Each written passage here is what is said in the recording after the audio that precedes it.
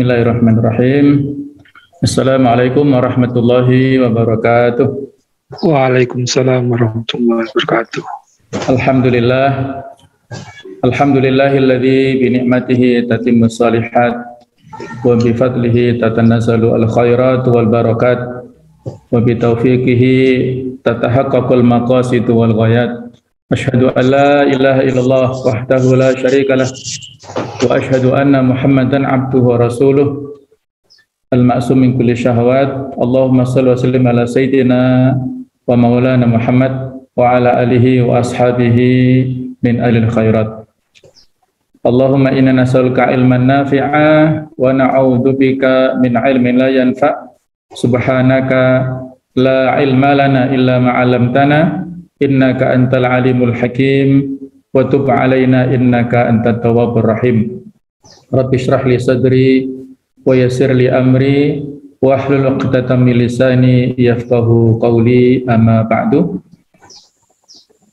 Kepada para peserta kajian keislaman 2 yang saya hormati, hadirin hadirat rahimakumullah jami'an rahmatan wasi'ah. Alhamdulillah, pada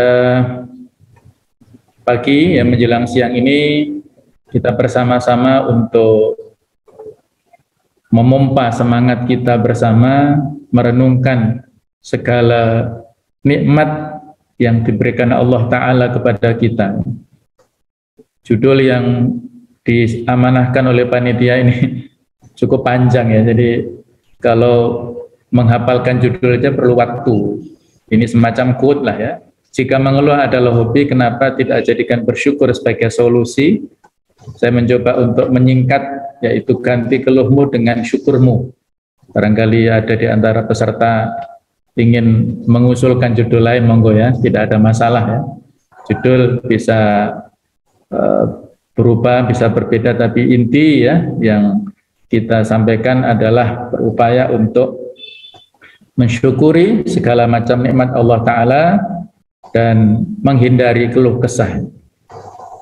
Coba kita ingat salah satu nasihat dari seorang tabi'in, yaitu Sufyan ibnu Uyainah rahimahullah.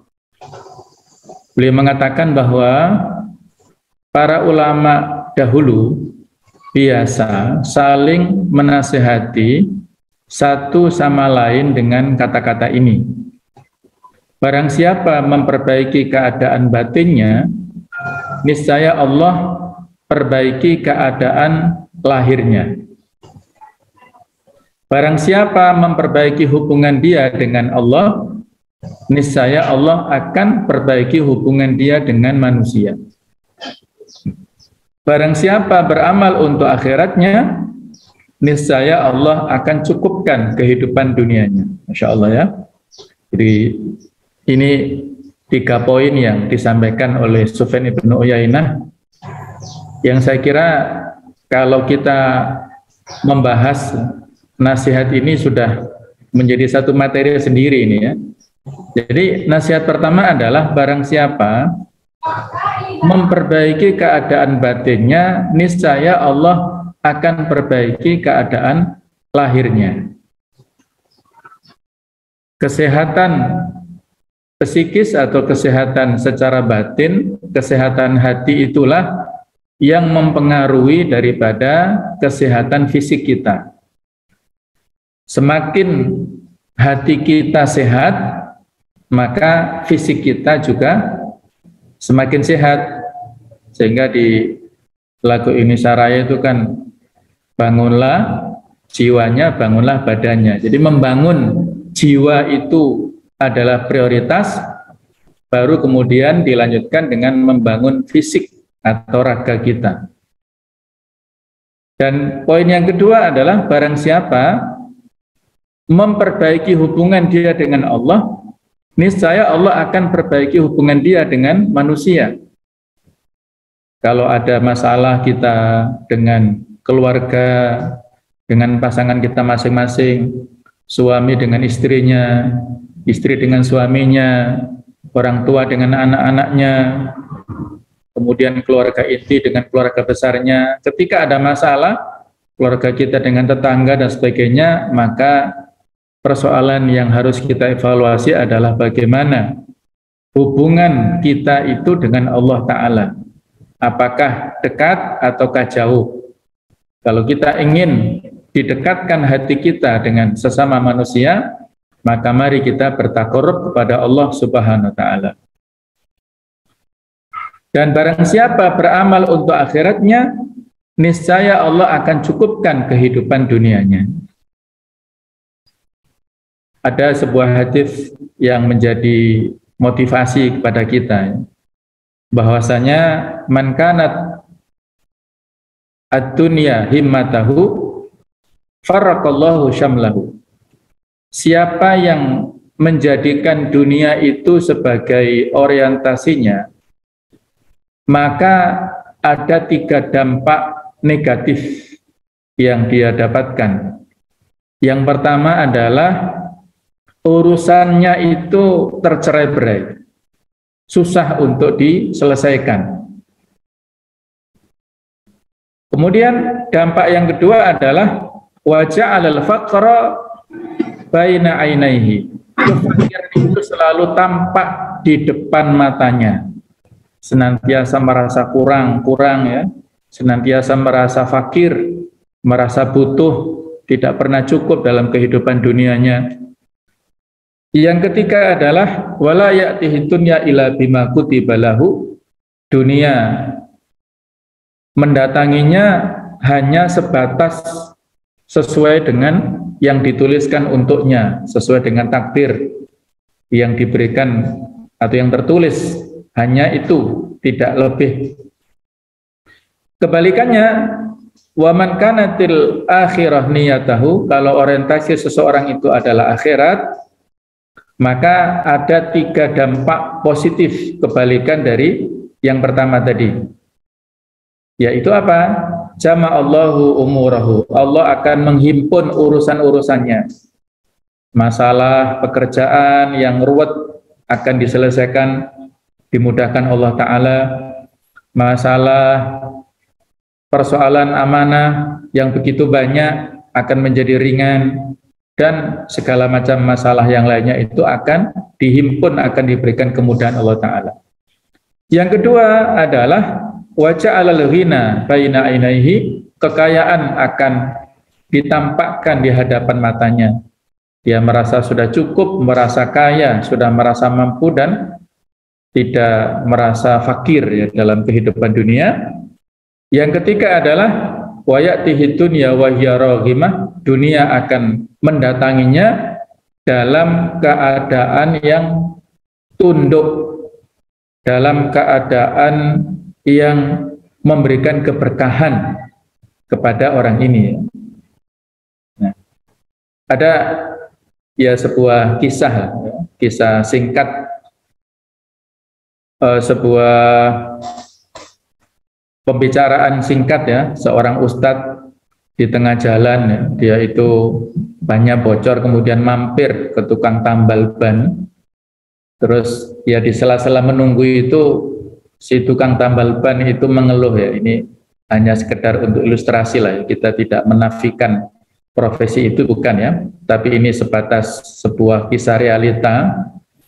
Tukang tambal ban mengatakan, Pak Ustadz, gimana ya, hidup saya ini susah terus ya, tidak pernah bahagia, begini banyak tanggungan, banyak masalah, dan ya tidak pernah mendapatkan rezeki yang berlimpah gitu. Maka Pak Ustadz ini coba untuk tanya beberapa poin lah. Panjenengan kalau pas ini ya Ramadan itu jenengan puasa enggak ya? Kata dia ya kadang puasa, kadang enggak. Terus kalau ada terdengar panggilan azan itu jenengan ke masjid enggak untuk sholat berjamaah, atau paling tidak sholat sendirilah gitu.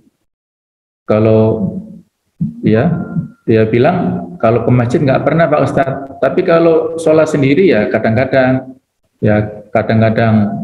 ya molor waktunya ya, kadang sempat kadang enggak. Terus diruntut ya, sedekahnya bagaimana, wiridnya bagaimana, baca Qur'annya bagaimana. Ketika diruntut satu persatu ternyata ibadah-ibadah mahdhah yang itu adalah merupakan hak Allah Ta'ala, wajib kepada kita manusia, itu sangat minim sekali dilakukan oleh si orang ini. Maka Pak Ustadz memberikan nasihat, nah inilah ya, inilah rahasianya Pak. Panjenengan kenapa tidak mendapatkan limpahan rezeki, tidak mendapatkan kebahagiaan, karena panjenengan ini tidak mendekat kepada Allah Ta'ala. Ketika ada panggilan ibadah dari Allah Ta'ala, panjenengan justru sibuk dengan dunia. Nah, ini evaluasi ya untuk kita semuanya. Kadang-kadang kita ini sudah terlalu menyibukkan diri kita dengan urusan makhluk, urusan dunia, dan melupakan urusan Khalik, pemilik dunia ini, yaitu Allah Subhanahu wa Ta'ala. Kalau kita lihat evaluasinya mungkin seperti ini ya. Tadi sudah kita sampaikan bahwasannya ketika kita semakin dekat hubungan kita dengan Allah Ta'ala, maka semakin erat hubungan antara suami istri, antara keluarga, antara manusia satu dengan yang lain, seperti ini. Kita semakin dekat dengan Allah Ta'ala, maka semakin dekat hubungan suami istri. Begitu pula kebalikannya, kalau semakin jauh jarak mereka dengan Allah, semakin rengganglah hubungan keduanya ini. Ya, jadi jaraknya suami di sini, istri di sini, ketika jauh dari Allah Ta'ala. Begitu pula kita bisa kiaskan ya, hubungan dalam keluarga ini dengan hubungan di masyarakat, di pekerjaan, dan lain sebagainya. Maka marilah kita perbaiki hubungan dengan Allah, niscaya Allah akan memperbaiki hubungan kita dengan sesama manusia. Ini yang disampaikan oleh Syekh Utsaimin dalam kitab Al-Aqidah Al-Wasithiyah. Kemudian dari Syekh Utsaimin juga ada tafsir dari beliau. Jadi ma asaba min musibatin fil ardi wala fi anfusikum illa fi kitabim min qabli an nabra'aha. Inna dzalika 'ala Allah yasir.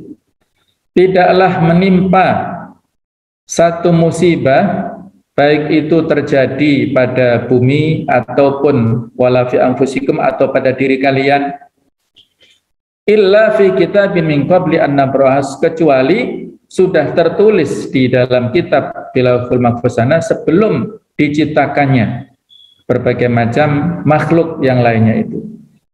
Jadi 50.000 tahun sebelum terciptanya langit dan bumi, itu sudah ada perintah Allah kepada makhluk yang namanya Al-Qalam. Uktub, kata Allah kepada Al-Qalam ini, tulislah. Kata Al-Qalam, madza aktubu ya Rabbi, apa yang harus saya tulis ya Allah? Kata Allah, uktub maqadiral khalqi hatta taqumas sa'a. Tulislah takdir-takdir untuk seluruh makhlukku sampai datangnya hari kiamat. Jadi itu sudah tertulis semuanya, nasib kita semuanya sudah tertulis. Inna dzalika 'ala Allah yasir, sesungguhnya yang demikian itu mudah bagi Allah Ta'ala. Tujuannya apa? Likaila ta'sau 'ala ma fatakum, supaya kalian tidak berputus asa terhadap apa yang terlewat dari kalian. Wala tafrahu bima atakum, dan kalian tidak bergembira dengan apa yang diberikan Allah kepada kalian. Wallahu la yuhibbu kulla mukhtalin fakhur, dan Allah tidak suka kepada orang yang sombong lagi membanggakan diri. Kata beliau, kata Syekh Utsaimin ini, famal farah al-manhiyu anhu wal mal farah al-jaiz. Apakah kegembiraan yang terlarang itu dan apakah kegembiraan yang boleh? Kata beliau, al-farah al-manhi anhu, kegembiraan yang terlarang adalah farahul batar wal asyari wal i'jab. Jadi kebanggaan yang ada unsur kesombongan, ada unsur kegembiraan yang berlebihan, ada unsur ujub ya, membanggakan dirinya sendiri. Kemudian wa kadzalikal farah bil ma'asi, kegembiraan yang dibarengi dengan kemaksiatan-kemaksiatan ya. misalnya pesta miras, ya, pesta narkoba, pesta-pesta yang lain yang berbau kemaksiatan, lah, itu dilarang. Sedangkan al-farah al-jaiz, kegembiraan yang boleh itu adalah al-farah bi nikmatillah, yaitu kegembiraan dengan nikmat Allah Subhanahu wa taala berdasarkan firman Allah Subhanahu wa taala, qul bi fadlillahi wa bi rahmatihi fabidzalika falyafrahu huwa khairum mimma yajma'un. Katakanlah dengan karunia Allah dan dengan rahmatnya, maka yang demikian itu hendaklah mereka bergembira. Itu adalah lebih baik dari apa yang telah mereka kumpulkan. Fa amara bil farah bi fadlillah wa rahmati. Maka Allah memerintahkan untuk bergembira, yaitu karena fadilah dari Allah serta rahmatnya. Kata Al-Imam As-Suyuti bahwasanya yang dimaksud rahmat Allah di sini adalah kehadiran Rasulullah Shallallahu Alaihi Wasallam. Jadi ini diantara dalil yang bisa dijadikan oleh sebagian saudara kita yang memperingati Maulid Nabi itu adalah hadirnya Nabi Muhammad SAW ke dunia itu adalah merupakan rahmat dari Allah Ta'ala yang wajib untuk kita syukuri. Baik, jadi kalau kita kembali ke ayat ini bahwa musibah itu adalah sudah tertulis, sudah menjadi ketentuan Allah Ta'ala.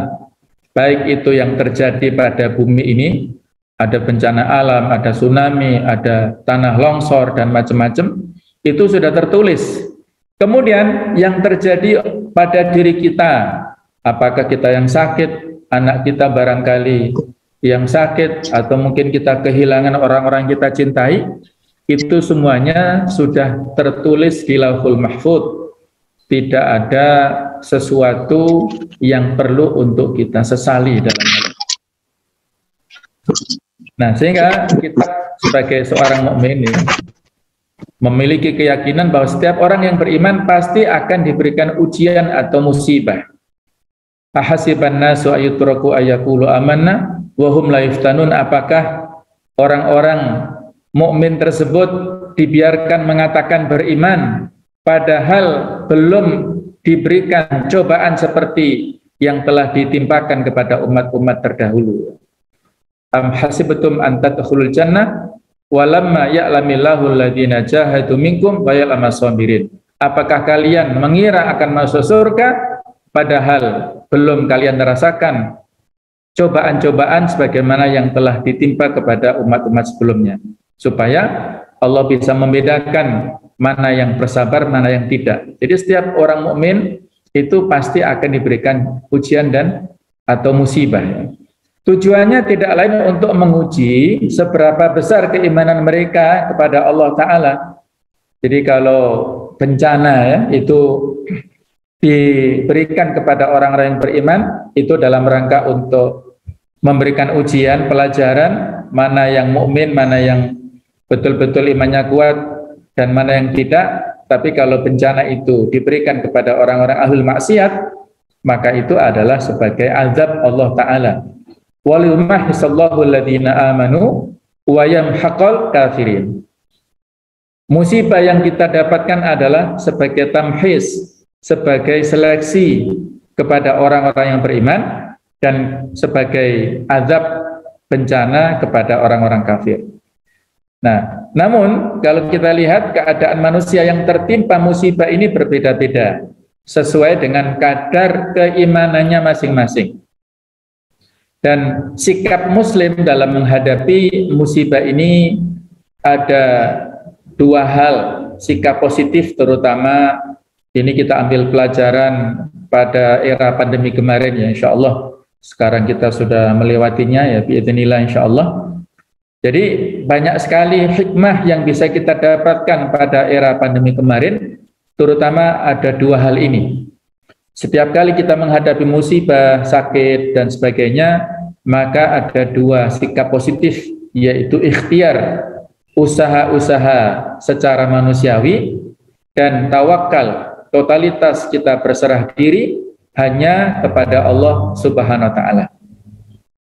Tawakal ini adalah tawakal kepada takdir Allah Ta'ala, mana takdir yang terbaik untuk kita, Sementara ikhtiar, usaha-usaha secara manusiawi ini kita lakukan ya, tentunya tidak lupa dengan diimbangi doa ya.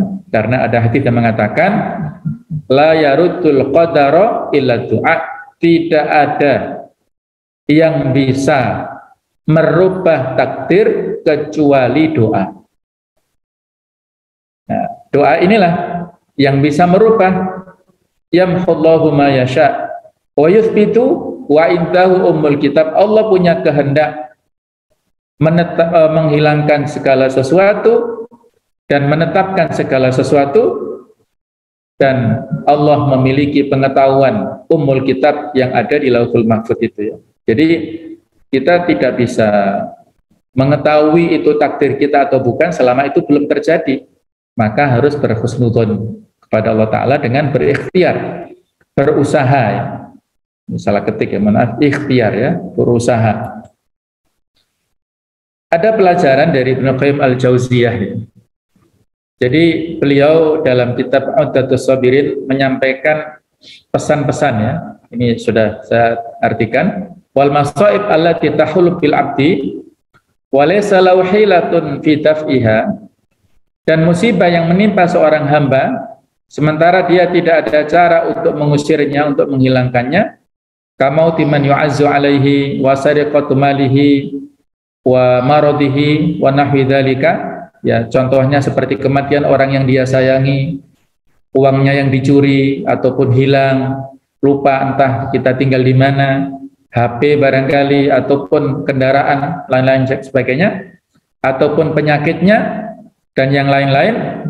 Fa inna lil 'abdi fiha arba'a maqamat. Maka manusia di sini terbagi menjadi 4 makom atau 4 level ya. Ahaduha, level pertama maqamul ajz, posisi ketidakberdayaan, posisi yang lemah. Wa huwa maqamul jaza' wa syaqwa wa sakhat. Wa hadha ma la yaf'aluhu illa aqallun nas aqlan wa dinan wa muru'ah. Posisi yang penuh dengan kecemasan, keluhan, dan juga kemarahan, dan ini hanya dilakukan oleh orang yang paling sedikit intelektualnya, religius, dan kewibawaannya. Kalau kita temanya tadi adalah mengeluh, ya berarti kalau kita yang masih suka mengeluh, berarti masih posisi di sini ya. Wasyaqwa, syaqwa inilah mengeluh. Orang yang ditimpa musibah, kemudian dia masih sering mengeluh, berarti dia maqamul ajz, posisi ketidakberdayaan, ataupun level yang paling lemah. Al-ajz adalah ad-dha'f atau lemah, tidak berdaya. Al-maqamu tsani, maqam yang kedua, posisi ataupun level yang lebih tinggi adalah maqamus sabr, yaitu maqam kesabaran.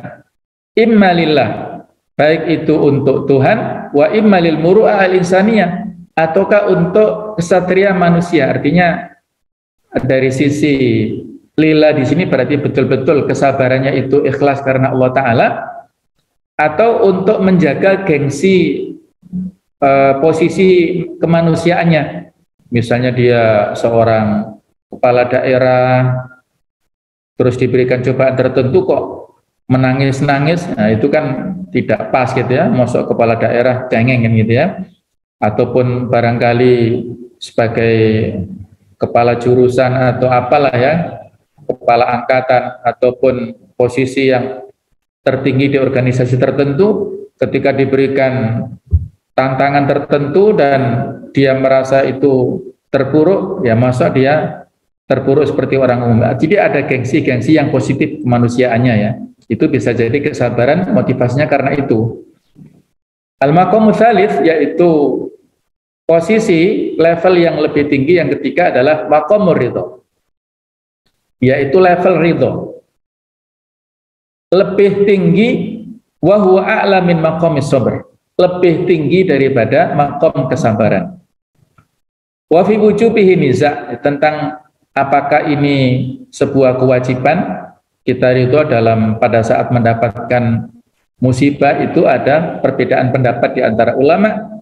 Wa sabr muttafaq ala wujubi, sementara maqam kesabaran itu adalah suatu yang wajib kesabaran ya, itu kita lakukan pada saat mendapatkan musibah.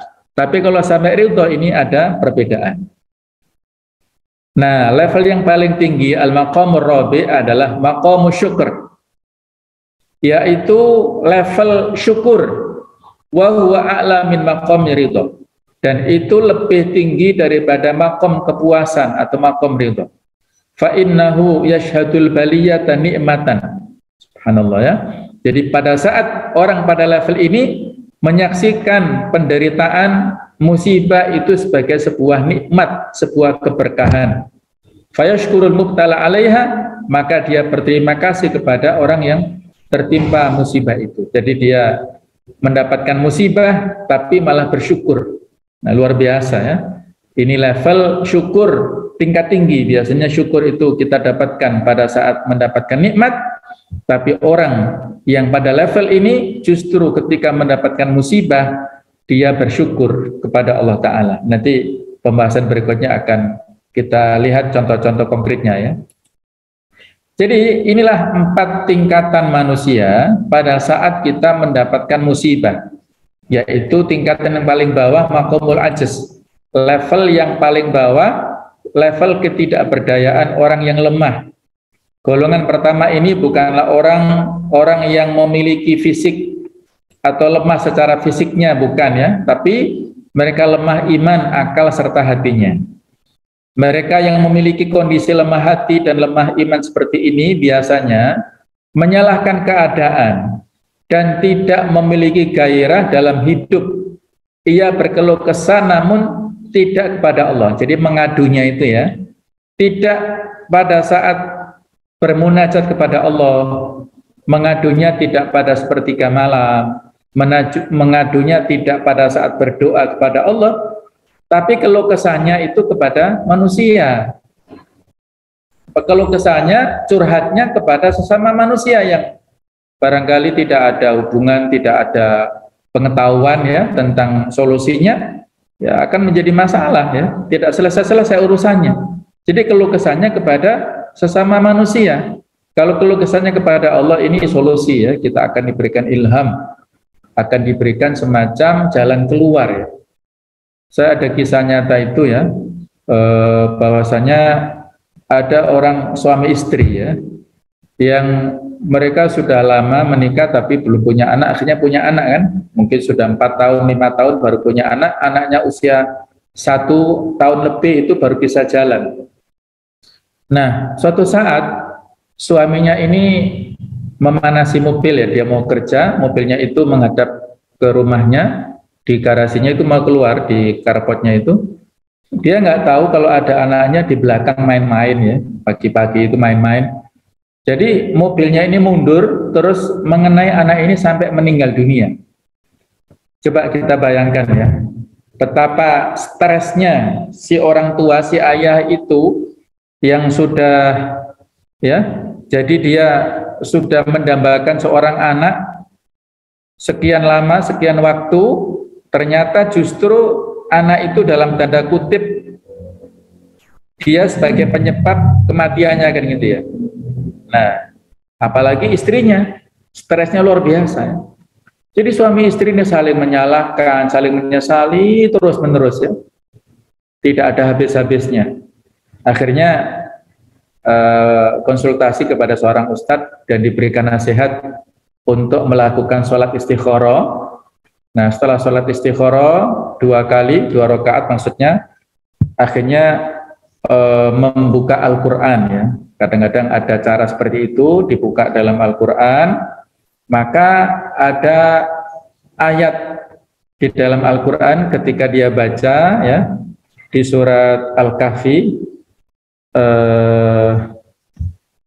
ayat yang keempat, wa yundirul ladzina qalu takhadallahu walada, dan mereka memberikan ya, orang-orang tersebut mengatakan bahwasanya mereka menuduh Allah itu memiliki anak, malahum bihi min ilm, tidaklah mereka memiliki ilmu tentang itu, walali abaihim, dan juga ayah bapak-bapak mereka, kaburat kalimatan takhruju min afwahihim, telah besar dosa ya, kedustaan yang telah mereka lakukan, yaquluna illa kadziban. Apa yang mereka dapatkan inspirasi dari sini ya, dari ayat ini. Mereka renungkan terus, akhirnya mereka merenungkan bahwasanya rezeki ya, anak itu adalah Allah Ta'ala yang memberikannya. Ketika Allah memanggil, maka harus ridho ya, tidak boleh berkeluh kesah terus. Akhirnya mereka bisa menerima musibah tersebut dengan tenang, dan akhirnya mereka berikhtiar lagi untuk memiliki keturunan, dan dengan izin Allah mereka akhirnya mendapatkannya ya, istrinya tidak lama kemudian bisa hamil dan bisa lahir anaknya yang lebih bagus ya, lebih soleh, lebih luar biasa daripada yang meninggal. Masya Allah ya. Jadi Allah mengganti ridho yang telah dimiliki oleh pasangan ini dengan sesuatu yang lebih baik daripada yang telah terlewat sebelumnya. Nah, barangkali inilah sebagai nasihat ya, yang itu bukan hanya terjadi dulu. Kalau Nabi Ayub itu kan luar biasa, hartanya habis, anak-anaknya juga meninggal, tapi dengan kesabaran luar biasa Allah pun juga menggantinya pada level ataupun tahap kehidupannya yang ketiga ya. Jadi beliau ini kan Nabi yang memiliki kekayaan luar biasa, memiliki anak-anak keluarga yang bagus ya, luar biasa, kegembiraan, kebahagiaan pada level kehidupan tingkatan tahapan pertama dalam hidupnya, tahapan kedua cobaannya luar biasa, tapi berakhir dengan happy ending lah. Seperti itulah. Jadi tidak ada keluh kesah yang harus ataupun yang perlu untuk kita sampaikan kepada makhluk. Keluh kesah curhatnya hanya kepada Allah Ta'ala. Nah, orang yang lemah ini sepanjang hari mereka habiskan untuk meratapi keadaan. Golongan tersebut cenderung menyalahkan takdir atas segala hal yang menimpanya. Dia orang yang berputus asa. Dia hanya melakukan suatu perbuatan yang dilarang, yakni marah terhadap ketetapan Allah Ta'ala semesta alam. Miliknya lah segala kekuasaan dan ia berhak berbuat sekehendaknya. Ini orang yang tidak percaya dengan takdir ya, menyesali takdirnya. Sementara maqam sabar, yaitu level kesabaran, orang yang mendapatkan musibah tapi dia bisa bersabar. Golongan kedua adalah mereka yang sabar atas saat mendapat musibah. Sesakit apapun musibah yang mereka terima, mereka tetap berprasangka baik terhadap ketentuan Allah. Mereka ini orang yang termasuk golongan yang bersabar ini menghadapi musibah dengan senantiasa berdoa agar Allah menyingkirkan dan meringankan musibah yang menimpanya. Selain itu mereka meningkatkan rasa sabar tersebut dengan mendirikan sholat sebagai bentuk pengaduan dan memohon pertolongan Allah. Ya ayyuhalladzina amanu ista'inu bis-sabri was-shalah. Kita diperintahkan untuk memohon pertolongan kepada Allah dengan sabar dan sholat. Maka itu akan bisa menyelesaikan masalah kita.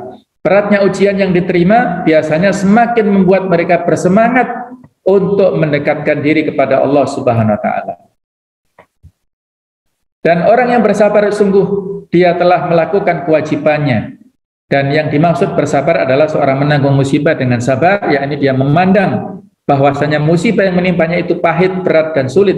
Namun ia menanggungnya dengan menahan dirinya dari perbuatan yang haram, yang dengan misalnya kalau kematian itu niyahah ya, jadi menjerit-jerit ya, kemudian meronta-ronta, itu adalah tidak boleh ya. Jadi sudah, kalau kita mendapatkan musibah, segala sesuatu yang ditimpakan kepada kita itu etikanya adalah dengan mengatakan innalillahi wa inna ilaihi rajiun ya. Itu kalimat istirja, itu adalah memberikan ketenangan dalam hati kita. Kemudian ada doa yang bisa kita baca. Doa ini dulu pernah diajarkan oleh Abu Salamah kepada istrinya yang bernama Ummu Salamah. Ketika suatu malam Abu Salamah mentalkinkan ya, mendiktekan doa ini. Tadi saya ada di majelis Rasul, kemudian beliau mengajarkan doa ini kepada kami. Saya ajarkan kepadamu istriku, yaitu kalimat Allahumma ajurni fi musibati. Ya Allah, berikanlah pahala kepadaku dalam hal musibah yang aku dapatkan, wa akhlifni khairan minha, dan berilah aku ganti yang lebih baik. Maka itu dihafalkan oleh Ummu Salamah. Nah, sudah selesai ya, mereka saling berbagi ilmu seperti itu.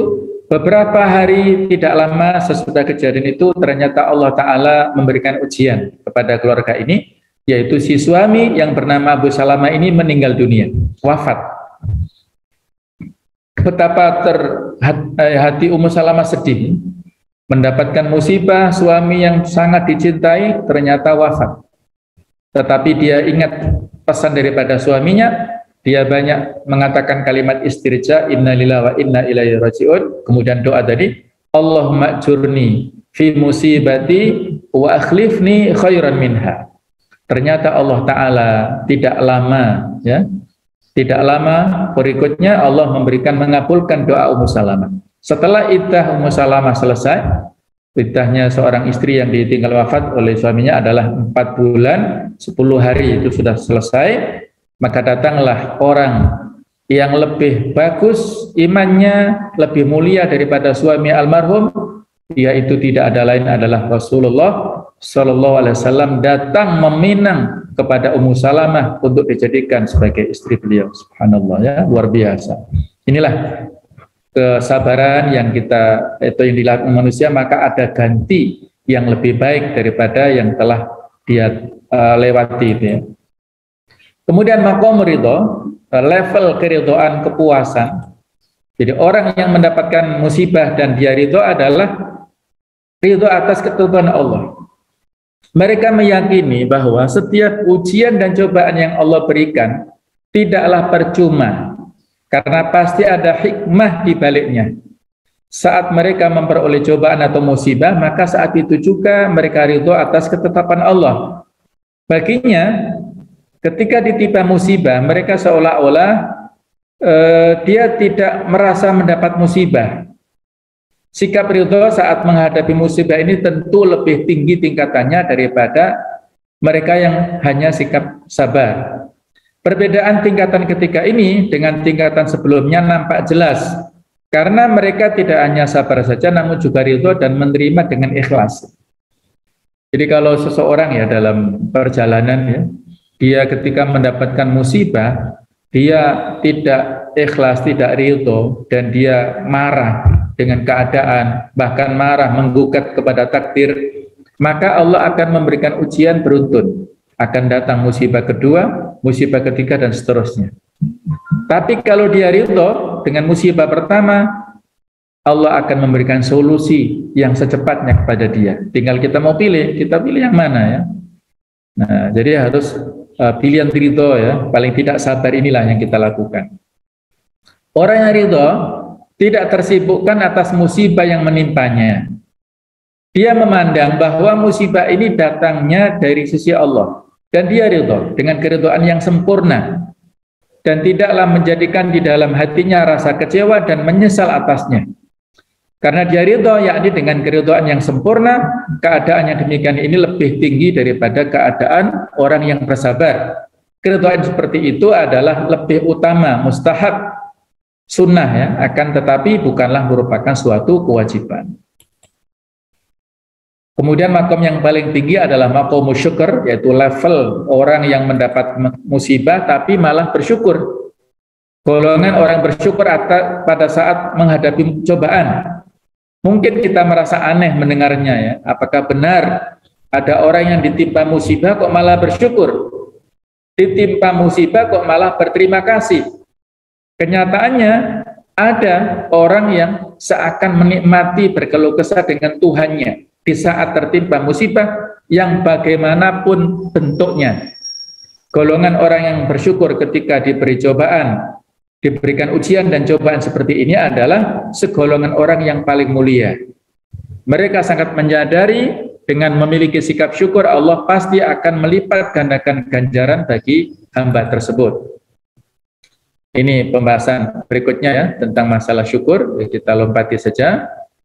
Jadi tadi telah disebutkan juga, ya, tentang ayat 11 di surat Ad-Duha, wa amma bi ni'mati rabbika fahaddits. Adapun dengan nikmat Tuhanmu maka hendaklah kamu sampaikan, ya. Jadi at-tahadduts bin nikmah, tasyakkur atau syukuran tasyakuran. Ini dalilnya. Innallaha yuhibbu an yura atharu nikmatihi ala abdi. Sesungguhnya Allah suka apabila terlihat bekas nikmatnya itu pada hambanya, tertampakkan ya. Syekh Utsaimin mengatakan jika nikmat tersebut berupa harta, maka Allah sangat senang jika nikmat itu dimanfaatkan untuk infak dan sedekah. Jika nikmat itu berupa ilmu, maka Allah sangat senang jika ilmu tersebut diamalkan, juga didakwahkan. Kalau orang berpakaian yang menunjukkan bahwa ia orang yang fakir, tidak punya apa-apa, padahal ia mampu menunjukkan bekas nikmat Allah dalam pakaian tersebut, maka ini tanda ia menolak dan menyembunyikan nikmat tersebut ya. Jadi kita boleh memakai baju bagus, penampilan baik, itu boleh pada saatnya kalau kita pada saat mendapatkan kenikmatan. Jadi kalau kita mau zuhud itu ada tempatnya, kita sederhana juga ada pada tempatnya, tapi ketika kita tampil diperlukan untuk menjadikan kita percaya diri dan orang lain percaya kepada kita, maka itu juga tidak ada salahnya. Nah, lawan daripada syukur adalah kufur nikmat, yaitu enggan menyadari atau bahkan mengingkari bahwa nikmat yang ia dapatkan itu adalah dari Allah Subhanahu wa taala. Seperti sikap Qarun yang diabadikan di surat Al-Qasas 78 ini ya. Qarun ini masih termasuk keponakannya Nabi Musa alaihissalam. Ketika masa-masa fakir, Qarun ini ibadahnya rajin luar biasa.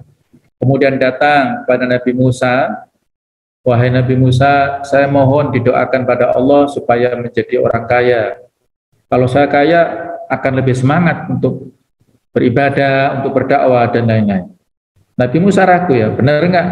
Jangan-jangan kalau kamu kaya nanti begini-begini ya. Qarun tapi tetap ngayal terus. Akhirnya didoakan oleh Nabi Musa dan saatnya dia mendapatkan rezeki yang berlimpah atas doa tersebut. Ketika sudah mendapatkan harta banyak, kemudian turun kewajiban zakat ya, versi saat itu, versi pada zamannya Nabi Musa, zakat atau sedekah. Ketika ditarik kepada Qarun, ini jawabannya ini.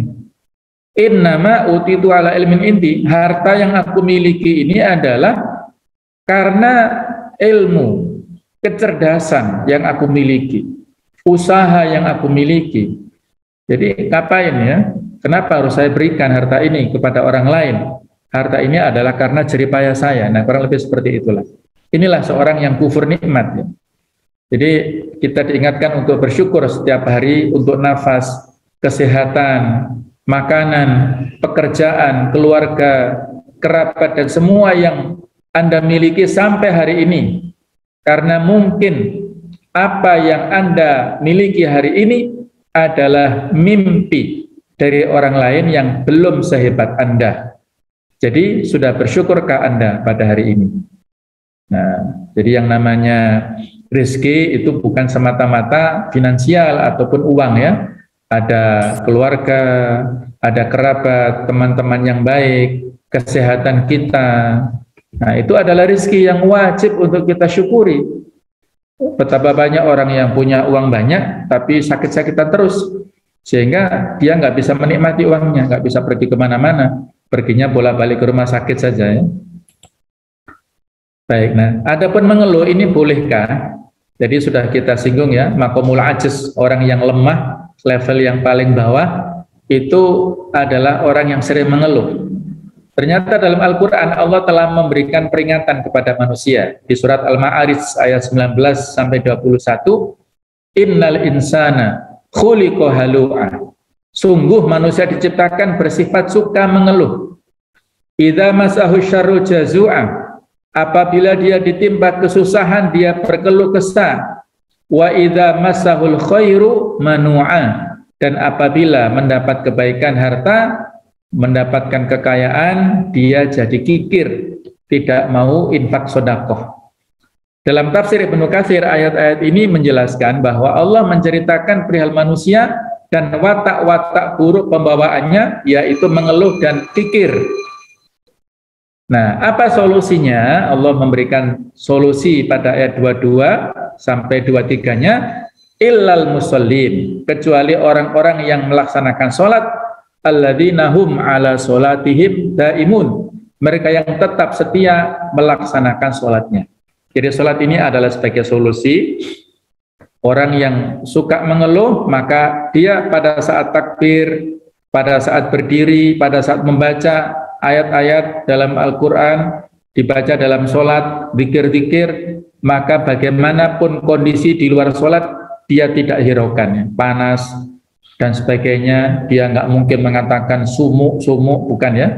Nggak boleh ya, kalau mengatakan kalimat-kalimat manusia dalam sholat kan tidak boleh. Dia bisa bersabar, dia kekang hawa nafsunya dari mengeluh, ya dia bersabar. Itulah latihan kita dalam kehidupan sehari-hari.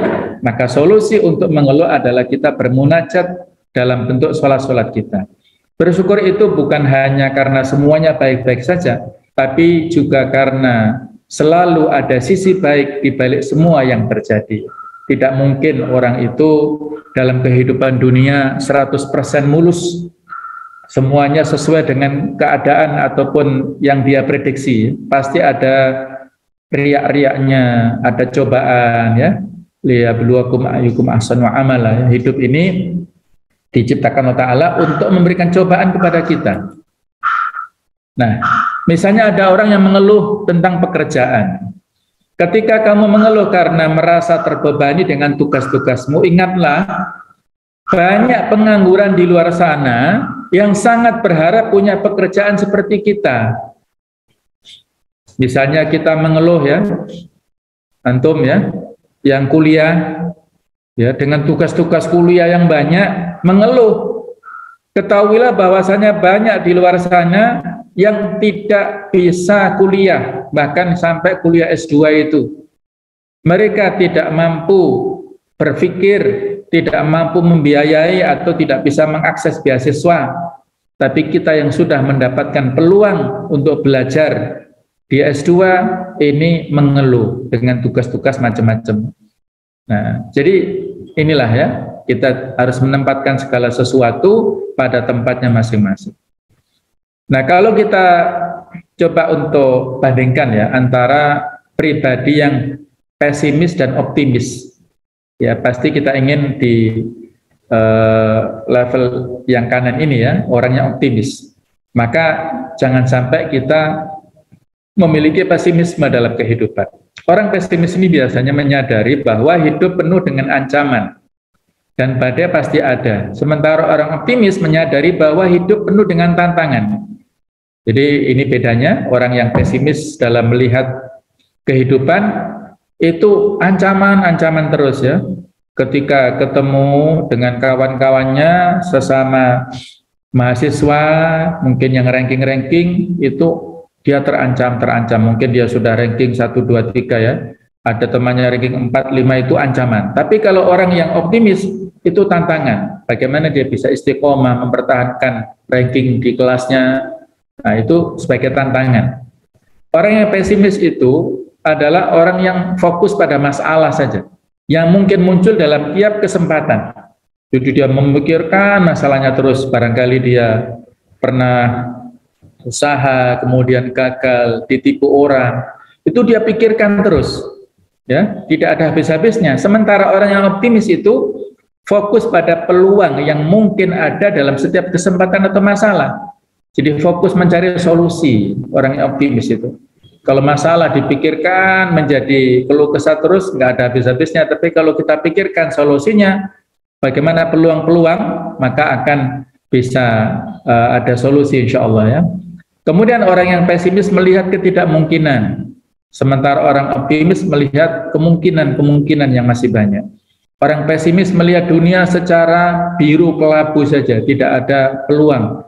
Sementara orang yang optimis melihat dunia dalam warna hijau yang berseri. Orang pesimis tidak berpengharapan karena selalu menghancurkannya. Kemudian orang optimis mempunyai harapan karena selalu dia ciptakan, ya. Dia ciptakan peluang-peluang yang itu bisa menjadikan motivasi dalam dirinya. Ya. Bagaimana kisah misalnya dulu ya, insya Allah kita sama-sama mengetahui ya, bagaimana Kentucky Fried Chicken dulu menawarkan produknya kan, dia punya produk bagus, dia tawarkan ke restoran, ke rumah makan itu sampai ratusan, bahkan katanya sampai 1000 ya. Nah, Tapi dia tidak putus asa terus, ya. Dia cari peluang dan itu baru terbuka pada 1001 atau barangkali angka kan tidak penting ya. Yang penting dia tidak putus asa. Jadi bagaimana kalau dia misalnya putus asa pada pintu yang ke-1000, maka dia tidak bisa sebesar saat ini atau saat-saat kemarin, barangkali sekarang sudah ada banyak saingannya. Itulah orang-orang yang berinteraksi dengan kita nggak bisa memastikan mana yang bisa menerima ide kita, peluang usaha kita, kemudian pemikiran-pemikiran kita, kerjasama dengan kita, maka selalu optimis, insya Allah ada jalan keluar dari setiap masalah yang kita hadapi. Ini bisa kita evaluasi dalam diri kita masing-masing ya. Ada 8 tanda seseorang itu mulai berkurangnya rasa syukur dalam dirinya. Yang pertama adalah dia suka membandingkan keadaan diri dengan orang lain. Ya, misalnya ya dia dari keluarga yang biasa, dia bandingkan, oh betapa enaknya kalau dari keluarga yang mampu misalnya ya. Atau barangkali antara suami istri, ini kadang-kadang membuat ketidakharmonisan ya. Seorang istri berkeluh kesah terus membandingkan, Mas, Mbok yo seperti itu, tetangga kita pagi-pagi sudah ini, sudah itu ya. Jadi membandingkan suaminya dengan suami orang lain, ini menyakitkan ya pada diri seorang laki-laki ya. Laki-laki ini memiliki jiwa kepahlawanan. Kalau dia dilecehkan dalam hal itu, dia tersinggung luar biasa. Ya. Jadi kita nggak suka dibanding-bandingkan. Begitu pula anak-anak kita, kalau dibanding-bandingkan dengan yang lain juga mereka sakit hati. Jadi membandingkan ini tidak elok ya, tidak bijak. Kemudian suka mengeluh, sering mengeluh, ini juga tanda ketidaksyukuran kita. Yang ketiga, sering memperhatikan kekurangan diri dibandingkan dengan kemampuan diri. Ini akhirnya menjadi minder, menjadi tidak percaya diri, menjadi terpuruk, nah macam-macam ya. Orang itu pasti punya kelebihan, punya kekurangan. Kalau orang yang punya kekurangan semua ya bukan manusia ya, orang yang banyak dosa semuanya itu berarti setan. Kemudian kalau dia baik semua 100% berarti malaikat ya. Kalau manusia pasti ada kelebihannya, ada kekurangannya. Yang keempat, selalu merasa berjuang. Artinya punya jasa ya. Jadi dia dengan terbayang-bayang ya, dengan dirinya sendiri, kiprah dirinya sendiri ya. Tidak ada unsur ketawaduan di sini. Kemudian yang kelima adalah melihat suatu kejadian secara pesimis tadi. Contoh-contohnya sudah. Yang keenam, merasa lebih banyak kehilangan daripada menerima. Yang ketujuh, sering berlarut dengan penyesalan. Kedelapan, selalu merasa kurang dari apa yang sudah diterima. Jadi tidak ada qanaah ya dalam diri. Sekarang ini terus sudah terlalu puas, jadi agak susah kalau kita mau mengangkat dia di satu. Ada suara-suara ini. Definisinya sekarang sudah sangat luas. Coba kita itu ada kisah singkat yang cukup mengharukan yang dialami oleh Ibrahim bin Adham. Suatu saat beliau lewat di sebuah pasar ya, dan tanpa sengaja Ibrahim bin Adham ini melihat ada pemuda yang cacat di pinggir jalan. Dia tidak punya kaki, tidak punya tangan, buta matanya. Kemudian dia memiliki kulit yang berbau kurang enak lah, karena dia punya semacam penyakit lepra gitu ya. Orang-orang jijik melihatnya. Jadi kalau ada orang yang lewat, dia mau ngasih makanan langsung ditaruh di mulutnya, kemudian dia masukkan ya, karena dia nggak punya tangan ya. Tapi apa, orang ini selalu memberikan pujian, alhamdulillah, segala puji bagi Allah atas nikmat yang besar yang diberikan kepada saya. Maka Ibrahim bin Adham ini menghentikan langkahnya saat itu dan menghampiri pemuda tersebut dengan mengatakan sebuah salam, assalamualaikum. Jawaban dia, waalaikumsalam ya Ibrahim. Nah, Ibrahim kaget ya, kok tahu namanya saya? Anda tidak pernah melihat saya, tidak pernah kenal saya, dengan suara saya juga tidak pernah. Baru kali ini kita bertemu dan Anda buta tidak bisa melihat saya. Kenapa Anda bisa mengenal saya? Kata orang ini, araftu kulla syai' mundu araftu rabbi. Kata dia, saya mengetahui segala sesuatu sejak saya kenal dengan Allah Ta'ala, Tuhannya. Ya, mungkin dia sudah sampai pada tingkatan wali ya, waliullah ya, Allahu a'lam. Kemudian Ibrahim bin Adham mengatakan ya, memberikan pertanyaan, wahai saudaraku, saya tadi sering mendengarkan Anda ini menyampaikan kata-kata Alhamdulillah, Alhamdulillah atas nikmat yang besar. Nikmat apa yang Anda dapatkan padahal Anda kondisinya seperti ini? Apakah masih ada nikmat yang Anda dapatkan? Kata orang ini, wahai Ibrahim, nikmat besar yang diberikan Allah kepada saya ada dua, yaitu qalban syakiran wa lisanan dzakiran. Hati yang selalu bersyukur kepada Allah Ta'ala dan lisan yang selalu berzikir kepada Allah Ta'ala. Nah, luar biasa ya. Ini inspirasi bagi kita semuanya. Musibah apapun, cobaan apapun yang kita dapatkan, kondisi apapun yang kita dapatkan, selama ada dua hal yang kita miliki tadi, hati kita selalu bersyukur ya, selalu terkait dengan Allah Ta'ala, lisan kita yang selalu berzikir dengan kata-kata kalimat thayyibat, maka itu adalah nikmat yang terbesar yang diberikan Allah Ta'ala kepada kita. Nah, inilah syukur ya, dengan hati kita atau dengan lisan kita. Nah, selanjutnya ada banyak hikmah, manfaat yang bisa kita dapatkan dari syukur ya. Syukur ini adalah sifat orang yang beriman. Kemudian merupakan sebab datangnya ridha Allah Ta'ala dan merupakan sebab selamatnya seseorang dari azab Allah. Dan menjadi sebab ditambahnya nikmat kita. Dan kita akan mendapatkan ganjaran dunia dan akhirat.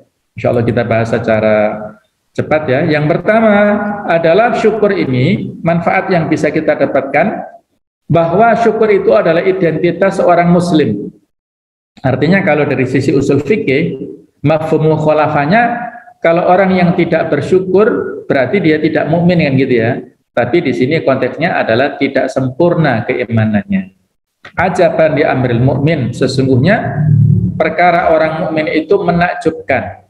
Inna amrahu kullahu khair. Urusannya perkara orang mukmin itu semuanya baik. Walaysa dzaka li ahdin illa lil mu'min, dan itu tidak terjadi kecuali oleh orang mukmin. In asobatu sarra'u syakara. Kalau dia ditimpa segala sesuatu yang menyenangkan ya, dia lulus ujian, dia mendapatkan nilai yang kumlot, yang bagus, dia mendapatkan pekerjaan yang baik, nah itu menyenangkan, maka dia bersyukur, fakana khairan lahu, itu adalah baik untuknya. Wa in asobatu dharra'u, kalau dia ditimpa kesulitan, kemelaratan, musibah ataupun hal-hal yang tidak menyenangkan, sabara, dia bersabar, fakana khairan lahu, itu adalah baik untuknya. Maka marilah kita hadapi semua nikmat dengan rasa syukur dan terimalah semua musibah dengan rasa sabar. Ibaratnya syukur dan sabar itu seperti dua sayap ya, yang kalau burung itu tidak bisa terbang dengan seimbang, kalau tidak mengepakkan dua sayap, maka kita pun juga tidak bisa eksis dalam kehidupan ini apabila dua sayap ini tidak kita kembangkan dengan secara seimbang di dalam kehidupan kita sehari-hari. Kemudian syukur adalah merupakan sebab datangnya ridha Allah Ta'ala. Wa in tashkuru yardahu lakum. Jika kalian bersyukur, Allah ridha kepada kalian. Ini Rasulullah mengajarkan kepada kita ya, bahwasanya barang siapa di antara kalian mendapatkan rasa aman di rumahnya, pada dirinya, keluarganya, masyarakatnya, tidak was-was, tidak takut ya, tidak mendapatkan ancaman, dia memiliki rasa aman di rumahnya, kemudian dia diberikan kesehatan badan dan memiliki makanan pokok pada hari itu di rumahnya, maka seakan-akan dunia telah terkumpul pada dirinya. Insya Allah sehari-harinya kita mendapatkan ini. Rasa aman kita dapatkan, sehat juga kita dapatkan, dan paling tidak ada makanan yang tersedia untuk kita saat itu. Kalau tidak ada di rumah berarti mungkin kita bisa order atau di rumah makan ya, tidak ada masalah. Yang penting kita punya stok makan yang bisa kita konsumsi pada hari itu. Maka ini adalah sesuatu yang seolah-olah menjadikan kita orang yang paling kaya di dunia ini. Nah, kemudian yang ketiga adalah merupakan sebab ya kita itu dijauhkan dari azab. Ma yaf'alullahu bi'adzabikum in syakartum wa amantum. Tidaklah Allah akan mengadab kalian jika kalian bersyukur dan beriman. Jadi dua perkara yang dapat menyelamatkan manusia dari azabnya adalah syukur dan iman hanya kepada Allah. Keduanya merupakan pondasi paling dasar yang meliputi segala amal kebajikan kita. Nah, kemudian dengan syukur itulah kita akan mendapatkan nikmat, ya, tadi sudah disampaikan di awal ya oleh Mas Suryo tadi, merupakan sebab ditambahnya nikmat. La in syakartum la azidannakum. Apabila kita bersyukur maka akan ditambahkan.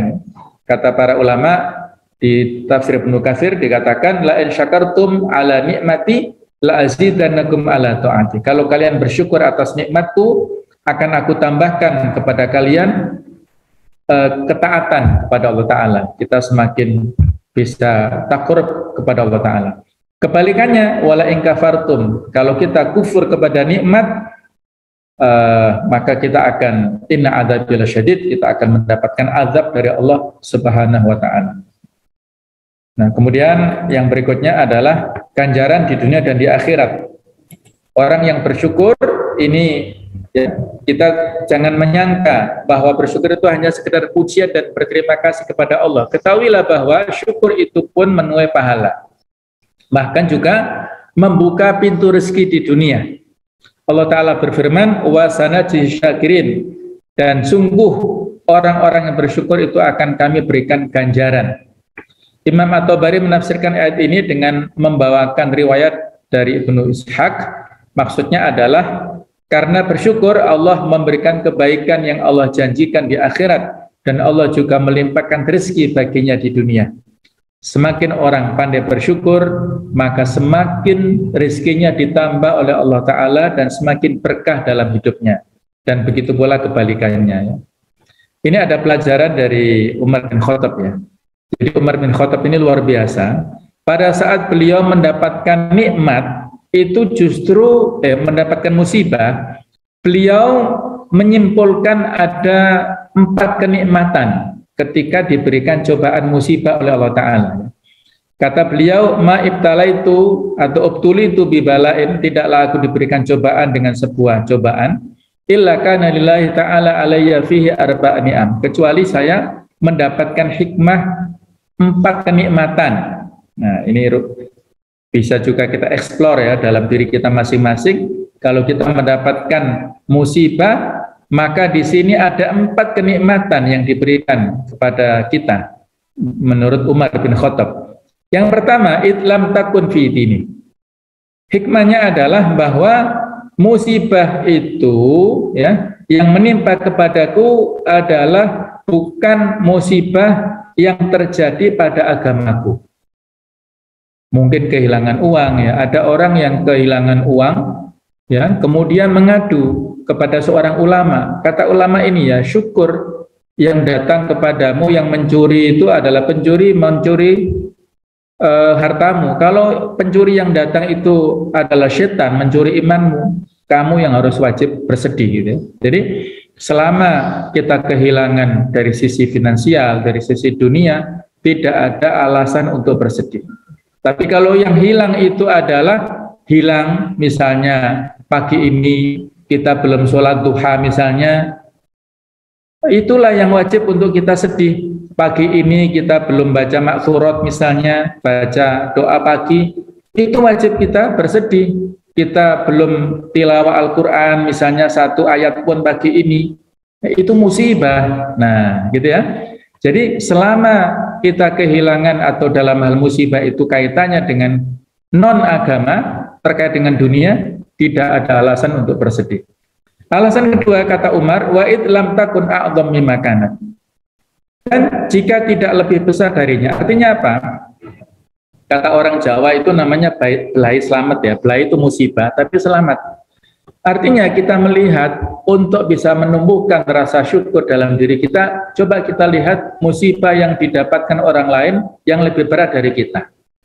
Mungkin kemarin kita saat COVID ya, saya juga pernah pada awal-awal ya, tersebarnya COVID, saya pernah masuk rumah sakit 10 hari ya. Jadi kalau misalnya kita sakit ya, sakit harus isolasi mandiri, maka alhamdulillah kita masih isolasi mandiri, sebagian saudara kita harus masuk rumah sakit. Kalau kita masuk rumah sakit, alhamdulillah sebagian sudah masuk ICU. Mungkin kalau kita sudah masuk ICU pun juga alhamdulillah saudara kita masih banyak yang meninggal dunia, yang sudah meninggal dunia maksudnya. Kalaupun nanti meninggal dunia, alhamdulillah mati syahid, ya, orang yang meninggal karena wabah, insya Allah dia adalah orang yang syahid. Jadi nggak ada alasan kita untuk mengeluh ya dari segala macam yang diberikan Allah kepada kita. Alasan ketiga, wa idlam uhram aridha bitilkal musibah. Selama saya tidak diterhalangi ridho, selama saya ridho, Allah mengkondisikan hati saya ridho dengan musibah, itu harus saya bersyukur ya. Saya bisa mendapatkan keridhaan dari musibah itu. Yang keempat adalah wa anni arju thawaba 'alaiha minallah, dan saya mengharapkan pahala yang banyak dari sisi Allah Ta'ala. Ada sebuah riwayat ya yang menyebutkan nanti di yaumul hisab itu antara nasib orang yang mendapatkan musibah banyak di dunia atau sahibul musibah dengan sahibul afiyah, orang yang di dunia itu tidak pernah mendapatkan cobaan atau musibah. Ada kecemburuan yang jadi pada saat di yaumul hisab. Orang yang banyak mendapatkan cobaan itu ketika dihisab, hisabnya ringan. Kenapa? Karena dia bersabar. Dengan kesabaran itulah maka maksiat, dosa-dosa yang dia lakukan di dunia itu menjadi tereliminir, terhapus oleh kesabaran dia dengan musibah-musibah yang dia dapatkan. Sementara orang yang di dunia tidak mendapatkan ujian apa-apa, landai-landai saja, itu dosanya masih utuh, kebaikannya habis, dan dia tidak ada stok kesabaran yang dia lakukan di dunia dulu, sehingga dia menyesal dan mengharap, ya Allah, saya berharap seandainya diberikan waktu 1 hari saja hidup di dunia, maka saya rela untuk diberikan musibah seberat apapun, saya ridho ya Allah, sampai seperti itu ya.